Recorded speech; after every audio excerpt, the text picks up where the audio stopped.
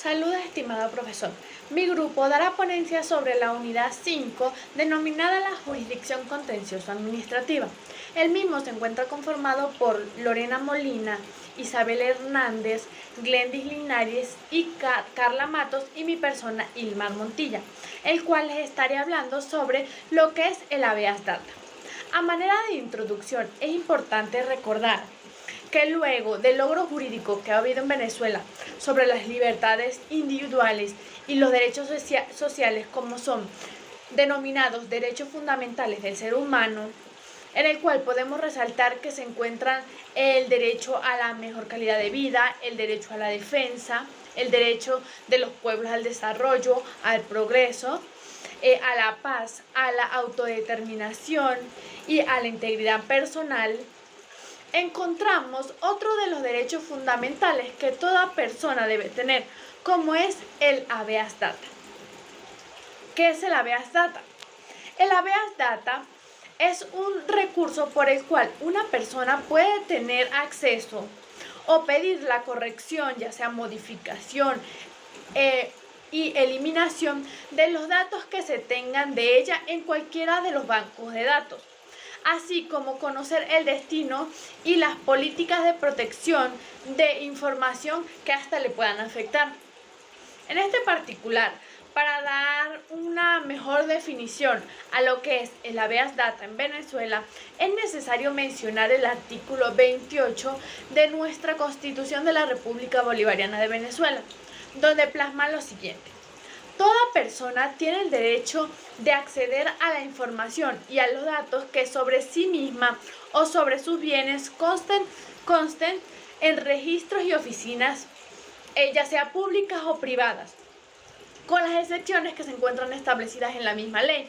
Asimismo, las personas tenemos derecho a conocer el uso que se hagan de las mismas y su finalidad, así como también tenemos el derecho de solicitar ante el tribunal competente la actualización, ratificación o la destrucción de aquellos datos que fuesen erróneos o afecten ilegalmente los derechos del venezolano. Igual podemos acceder tanto a los documentos de los cuales tengan cualquier naturaleza, ya sea que contengan información cuyo conocimiento sea de interés para las comunidades o grupos de personas. Es importante resaltar que en este punto queda salvo el secreto de las fuentes de información, ya sea periodística o de otras fuentes profesionales que determine la ley. Asimismo, debido a la gran importancia que posee el habeas data, esta misma se encuentra regulada por la Ley Orgánica del Tribunal Supremo de Justicia. Específicamente la encontramos en el capítulo 4, denominadas del habeas data. En especial, si citamos su artículo 169, donde establece que la acción de habeas data se presentará por escrito ante el Tribunal de Municipio con competencia en el contencioso administrativo y con competencia territorial en el domicilio del solicitante. De acuerdo con lo citado en el artículo 169 de la presente ley, podemos decir que, o se puede entender, que el órgano competente por la materia para conocer la acción de habeas data es el Tribunal de Municipio con competencia en el contencioso administrativo del domicilio en donde reside la persona o el accionante. Buenos días, soy Glendis Linares, cursante del cuarto año de la carrera de Derecho, y en este caso hablaré un poco acerca de la procedencia del habeas data, ¿sí? Bien, la Sala Constitucional del Tribunal Supremo de Justicia se ha encargado, mediante distintos fallos y dada la falta del desarrollo legislativo de esta figura constitucional, de ratificar aquellos casos en que es procedente dicha acción, ¿sí? Pues ha señalado entonces que cuando nos encontramos con que la información ya se conoce y el particular considera que la misma es inexacta o errónea, pues este cuenta con la acción habeas data para hacer valer, toda vez que sea procedente, el derecho que tiene a la constitución de una nueva situación jurídica, ¿sí? Que no será otra más que la corrección o eliminación de esos datos que considere falsos o desactualizados. ¿Ok? Por lo que es oportuno recalcar entonces que por tendencia jurisprudencial en nuestro país el habeas data ha sido concebido como una acción constitucional garante del derecho que tiene todo ciudadano de rectificar, actualizar o destruir la información que resulte lesiva para sus derechos, o de sus derechos, mejor dicho, ¿sí? Entonces, para intentar esta acción, el ciudadano solicitante debe reunir los requisitos que tanto jurisprudencialmente como la Ley Orgánica del Tribunal Supremo de Justicia exige para su tramitación y desde luego para su procedencia. Siendo así indispensable entonces la consignación del documento fundamental acompañado de la solicitud del habeas data. ¿Ok? Esto que denominamos documento fundamental es aquello que demuestra fehacientemente que existe el supuesto registro.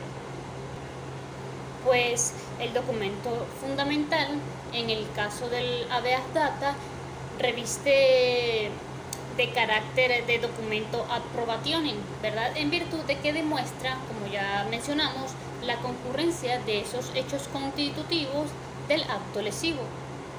Podemos decir, en virtud de lo ya discutido, pues que esta figura constitucional es procedente cuando, primero, el solicitante tiene un interés legítimo y personal, ¿sí?, para ejercer el derecho, ya que es información sobre su persona y sus bienes lo que origina el derecho de intentar esta acción, ¿verdad? Y cuando la información contenida en documentos de cualquier naturaleza cuyo conocimiento es de interés para comunidades o grupos de personas, pues el solicitante también tiene derecho a su acceso, ¿verdad? Y así lo prevé el artículo 28 constitucional y lo ratifica las sentencias de la Sala Constitucional en la número 1050 de fecha 3 de agosto del 2000, por mencionar una entre tantas, ¿ok? Entonces recalcamos para finalizar que en atención a lo que dispone la sentencia 920 caso Luis Fernando Velasco de fecha 15 de mayo del 2002, la acción del habeas data se puede intentar en aquellos supuestos casos, ¿verdad?, en que los particulares se encontraren involucrados dentro de una situación que perjudicare sus derechos e intereses relacionados con los principios del artículo 28 constitucional. Buenas, mi nombre es Isabel Hernández y yo voy a hablar sobre la diferencia entre el habeas data y el derecho de petición. Antes de dar la diferencia entre estos dos, es menester hablar un poco sobre su definición. La definición del habeas data la podemos encontrar en el artículo 28 de nuestra Carta Magna, al igual que en el artículo 51 podemos encontrar el derecho de petición. En el artículo 28 podemos encontrar sobre el habeas data que nos habla sobre que las personas tienen derecho a acceder a su información o documentación de interés y que queda a salvo o queda en secreto la información de fuentes periodísticas y otras que dictamine la ley. De igual manera, en el artículo 51 de nuestra Carta Magna podemos encontrar lo que es el derecho de petición. Y el derecho de petición no es más que el derecho que tiene una persona de dirigir o representar una petición hacia la autoridad competente o hacia un funcionario público o funcionaria pública con competencia en esta. Asimismo, también debe recibir una oportuna respuesta. Ahora bien, habiendo dado una definición de lo que es el habeas data y lo que es el derecho de petición, podemos decir las diferencias entre estos. Una de las diferencias es que el habeas data es el acceso que tiene una persona hacia su información, hacia su documentación y hacia sus datos. El derecho de petición es el derecho que tiene una persona de hacerle saber a una autoridad una petición. Otra de las diferencias es que el habeas data no procede ante cualquier tipo de información que hay en los distintos expedientes o archivos almacenados en nuestro país. El derecho de petición también se puede ejercer a través de medios de comunicación, explicando la problemática de una colectividad acerca de asuntos políticos, económicos y sociales. Se da a través de escrito, a través de prensa y a través de la televisión.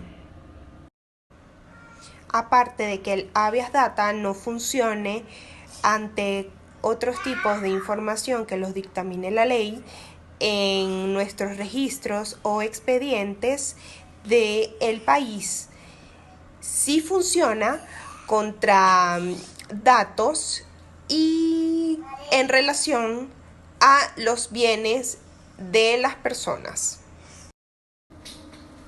Así como también, como antes lo había dicho, queda la información de fuentes periodísticas en secreto y otras que dictamine la ley. En cuanto al trámite del habeas data, es la acción de solicitar algún documento para la modificación, corrección y eliminación de algún dato de una persona que se encuentra en un banco de datos, así como también saber la política de protección ante esta información que pueda afectar a la persona y obtener respuesta, así como ser resuelto lo que se pida. Contencioso administrativo especial. En una definición, el cual podremos darle a dicho proceso, es que es aquella competencia judicial especializada en litigios del Estado. Ahora bien, la jurisdicción especial contencioso administrativa es ante todo lo que se ha llamado por contraposición a la jurisdicción ordinaria. Una jurisdicción especial, es decir, es una parte del Poder Judicial del Estado cuyo ejercicio está conformado a unos órganos de las jurisdicciones especializados por razón de la materia. El proceso contencioso de los actos administrativos se caracterizan principalmente en que el objeto de las acciones y recursos que lo inician siempre es un acto administrativo y en ellos siempre una pretensión de anulación de los mismos.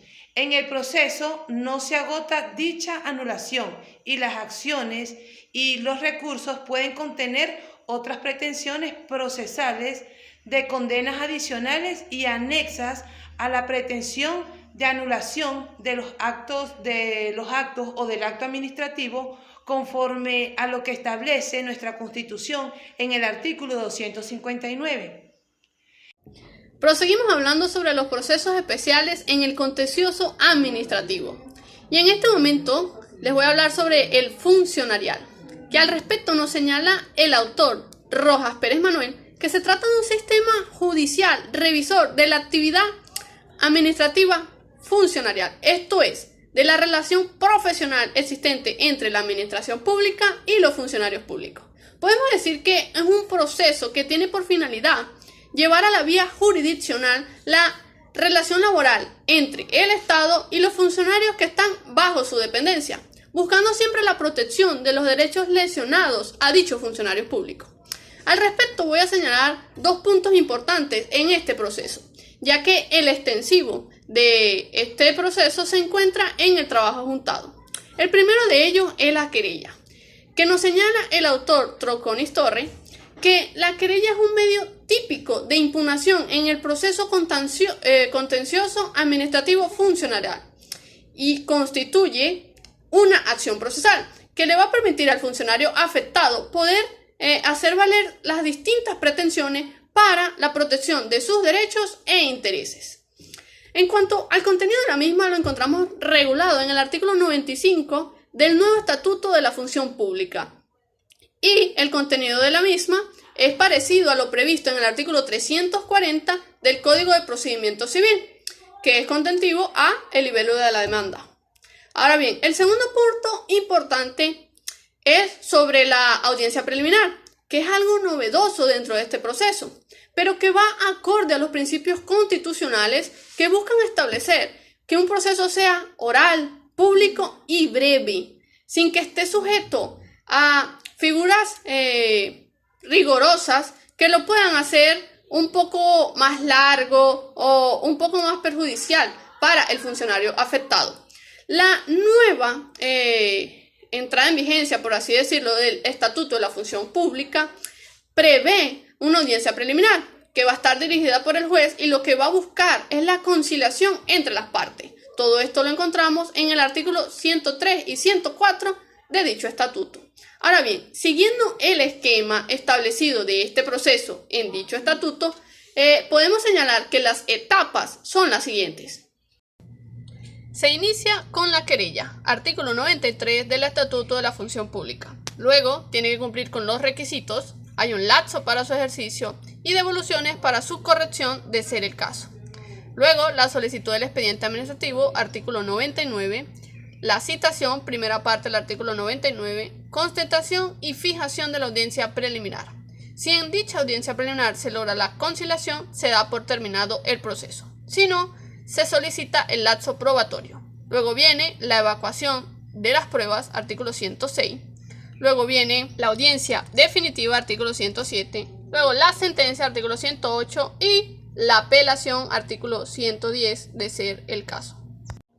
Tenemos también el contencioso administrativo laboral, que dentro del Estado democrático y social que proclama el artículo 2 de la Constitución de la República Bolivariana de Venezuela, adquiere una vital importancia lo que es la promoción y protección de los derechos laborales de los trabajadores. Es así como el artículo 87, nos dice que toda persona tiene derecho al trabajo y el deber de trabajar. En tal sentido, el Estado garantizará todas las medidas que consideren necesarias para el ejercicio pleno de este derecho. De tales disposiciones podemos observar una intensa participación del Estado en las relaciones laborales entre el patrono y empleado. Y esto con el objetivo de hacer cumplir un sistema laboral justo que vaya acorde a lo consagrado en el texto constitucional. Ahora bien, desde un punto de vista orgánico o formal, podemos decir que las decisiones emanadas de la administración laboral son decisiones administrativas, que además de estar sujetas a los principios formales y sustantivos de esta especial actividad, en vía jurisdiccional le corresponde conocer al juez contencioso administrativo. Y es allí donde surge la noción de contencioso administrativo laboral, como el conjunto de normas y principios procesales que va a controlar en vía jurisdiccional los hechos, actos u omisiones que la administración laboral en ejercicio de sus funciones arbitrales o cuasi jurisdiccionales lleguen a tomar, o sea, sean hechos, actos u omisiones, llegue a ser la administración laboral en lo que son las controversias que puedan suscitarse entre los patronos y empleados.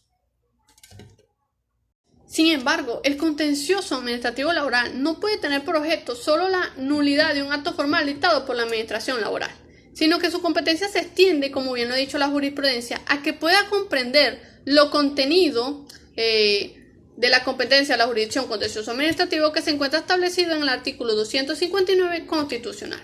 Asimismo, es menester hacer mención a la decisión o a la sentencia número 1 del Tribunal Supremo de Justicia en sala plena de fecha 4 de abril de 2018, en las cuales se nos dice que los juzgados de primera instancia de juicio del trabajo podrán conocer y decidir en primera instancia los juicios contenciosos administrativos, siguiendo el procedimiento común relativo a lo que son las demandas de nulidad, interpretación y controversia administrativa, que se encuentra establecido en la Ley Orgánica de la Jurisdicción Contencioso Administrativo. Y finalmente tenemos el contencioso de la expropiación. En Venezuela, el profesor Eloy Lares Martínez en su Manual de Derecho Administrativo define la expropiación como una institución jurídica que permite a la administración adquirir coactivamente bienes de los administrados, según lo establecido en la ley y mediante una justa indemnización, para cumplir fines de utilidad pública o social. Y su fundamento constitucional lo encontramos en el artículo 115.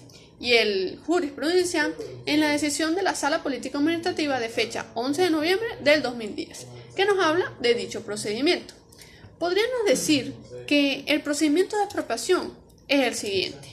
Primero, el juicio se inicia con una solicitud presentada por la entidad expropiante, indicando, además de los requisitos generales de todo nivel de la demanda, el bien objeto de la demanda de expropiación y sus elementos identificadores, es decir, propietario, titulares de los derechos sobre el bien, siempre que fueran conocidos, y la indicación de los gravámenes del bien. Esto es artículo 24 y 25 de la Ley de Expropiación. Dentro de los 3 días siguientes a la presentación de la solicitud, el tribunal competente deberá admitirla. El juicio de expropiación continúa con el emplazamiento, que se extiende a todos los interesados y se realizará a través de la publicación en un diario de los de mayor circulación nacional. Entonces, artículo 26. Dentro de los 10 días siguientes a la fecha de la última publicación, deben comparecer los emplazados o sus apoderados para darse por citados. Y a los que no comparecieron, vencido el término, se les nombrará defensor de oficio. Al tercer día de despacho siguiente al vencimiento del lapso anterior, debe verificarse la contestación o la oposición a la solicitud de expropiación. En caso de oposición, la cual puede fundarse en violaciones a la ley o en necesidad de una expropiación total y no parcial, depende del caso, se debe abrir un lapso de 15 días para promover y evacuar las pruebas pertinentes. Ahora bien, luego de este lapso probatorio, el juez estudiará el caso por no más de 60 días continuos y tendrá lugar el acto de informe de las partes, y posteriormente el tribunal tendrá 30 días para decidir y declarar de la necesidad de expropiar.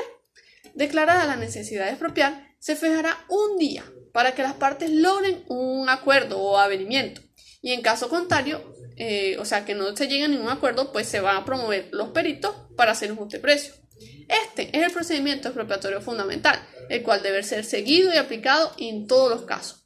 Pues, de no ser así, pues puede haber inalterabilidad, según lo que establece el artículo 4 de la Ley de Expropiación, que la expropiación forzosa solo podrá llevarse a efecto con arreglo a la presente ley. Y aunque es cierto que dicha norma de seguido señala que dispuesto en leyes especiales, pues deben entenderse como una referencia excepcional. Y entonces, en todo caso, debe siempre procurarse que se protejan las garantías constitucionales, porque siempre va a resultar infranqueables los principios del debido proceso y del derecho a la defensa, establecidos en el artículo 49 de la Constitución.